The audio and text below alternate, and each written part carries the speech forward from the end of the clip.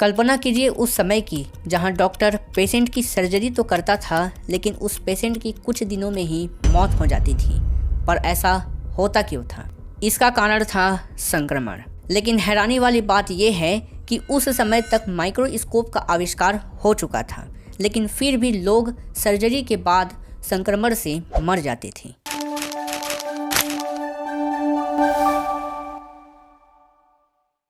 सन 1590 में नीदरलैंड में चश्मा बनाने वाले पिता पुत्र जैकरियास जेनसेन ने पहली बार 2 लेंसों को एक ट्यूब में रख कर देखा।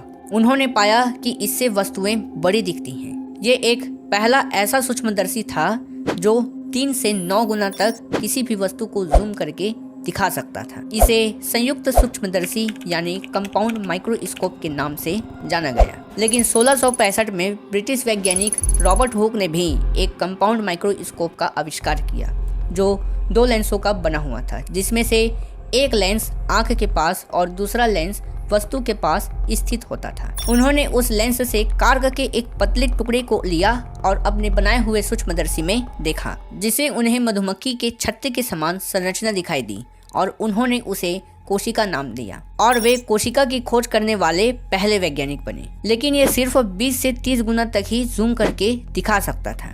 लगभग 1670 के दशक में एंटोनी वॉन लीवेनहॉक ने रॉबर्ट हुक के पुस्तक को पढ़कर अपना खुद का लेंस बनाना शुरू किया।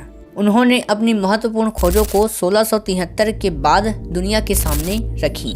उन्होंने एक सिंपल माइक्रोस्कोप बनाया था जिसमें केवल एक ही लेंस लगा था, लेकिन सिंपल होने के बावजूद वह लेंस रॉबर्ट हुक के 2 लेंसों से 10 गुना ज्यादा साफ देख सकता था, यानी वह 200 से 300 गुना ज्यादा जूम कर सकता था। एंटोनी वॉन लीवेनहॉक ने अपनी माइक्रोस्कोप की मदद से पहली बार बैक्टीरिया, रक्त और शुक्राणु जैसे कोशिकाओं को देखा और वे इन्हें एनिमैलिक्यूल कहें, इसलिए उन्हें फादर ऑफ माइक्रोबायोलॉजी कहा जाता है, यानी सूक्ष्म विज्ञान के जनक कहलाए जाते हैं। दोनों के माइक्रोस्कोप में जो अंतर था उसे हम एक उदाहरण से समझ सकते हैं। जब आप रॉबर्ट हुक के माइक्रोस्कोप में मच्छर को देखेंगे तो उसका सिर और उसकी आंखें दिखाई देंगी, और जब आप एंटोनी वॉन लीवेनहॉक के माइक्रोस्कोप में मच्छर को देखेंगे तो उसकी आंख के एक छोटे छोटे जितने भी लेंस हैं वो सारे दिखाई देंगे। मतलब 1670 से 1700 के बीच बैक्टीरिया को देखा जा चुका था, लेकिन हमें ये जानने में 200 साल लग गए कि ये बैक्टीरिया हमारे लिए जानलेवा भी हो सकता है। सन 1860 में लुईस पास्चर द्वारा दिया गया जर्म थ्योरी, जिससे ये तो साबित हुआ दूध का खट्टा होना या जख्मों का सड़ना कोई चमत्कार नहीं बल्कि उन्हीं सूक्ष्म जीवों के कारण होने वाला संक्रमण है। लेकिन मैं बता दूं कि उस समय से पहले तक कई डॉक्टर ऐसे थे जो बिना हाथ धोए पोस्टमार्टम के बाद सीधे महिलाओं का प्रसव करवाने जाते थे, और उन महिलाओं को प्रसव के कुछ दिनों के बाद चाइल्ड बेड फीवर हो जाता था और वे मर जाते थे। ये कोई आम फीवर नहीं था, ये जानलेवा फीवर था, क्योंकि महिलाओं को तेज बुखार यानी 38 डिग्री सेल्सियस तक बुखार रहता था, उनके पेट में दर्द रहता था, और सबसे खतरनाक बात कि उनके योनि में संक्रमण हो जाती थी।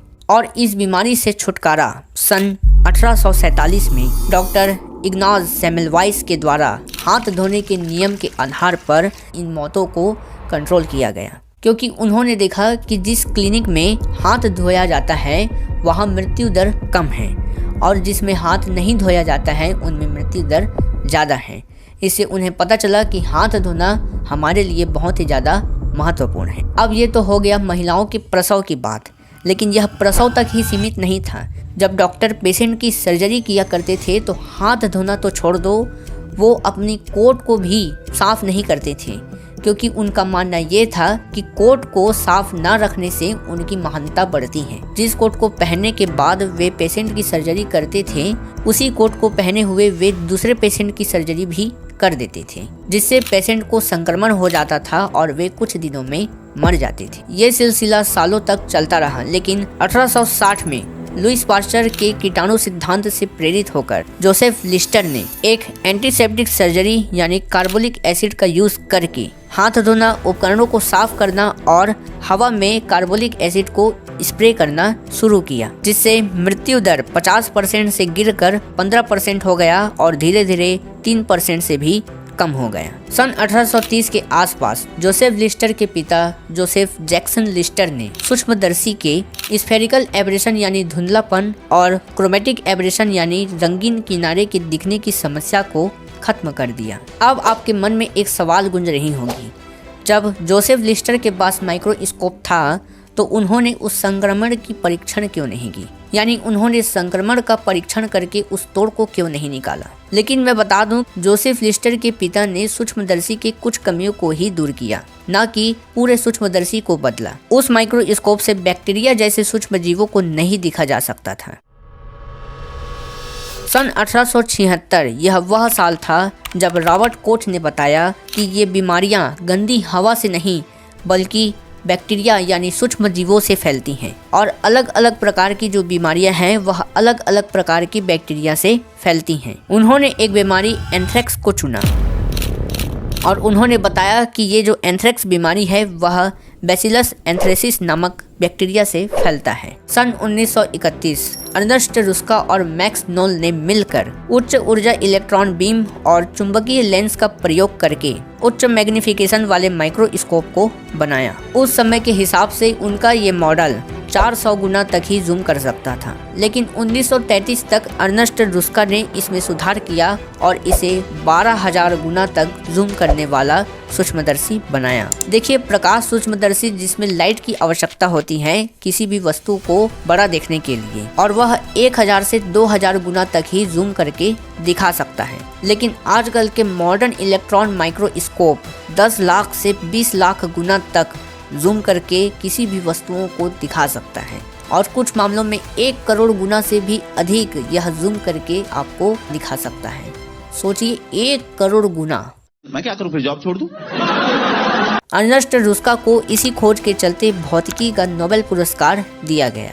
आपको अगर इलेक्ट्रॉन माइक्रोस्कोप को एकदम डीप में समझना है और प्रैक्टिकली देखना है कि ये काम कैसे करता है, तो आप डिस्क्रिप्शन में जाके उस लिंक को चेकआउट कीजिएगा या फिर एंड स्क्रीन में जाके उस वीडियो को देख लीजिएगा। और हाँ, मेरा पिछला वीडियो देखना मत भूलना जिसमें मैंने बुढ़ापे से रिलेटेड बहुत सारी अच्छी बातें उसमें बताई हैं। आज हम जिस सुरक्षित मेडिकल वर्ल्ड में जी रहे हैं उसकी कीमत हजारों सालों से चली आ रही अंधविश्वास और लाखों मौतों से चुकाई गई है। सूक्ष्मदर्शी ने हमें आंखें दी, और वो आंख जिससे बड़ी बड़ी बीमारियों का इलाज निकाला गया। इसलिए जब भी आप हाथ धोते हैं तो ये ना सोचिए कि ये सिर्फ एक आदत है, बल्कि ये सोचिए कि ये विज्ञान की सबसे बड़ी जीत है। तो मिलते हैं नेक्स्ट वीडियो में, तब तक के लिए जय हिंद, जय भारत।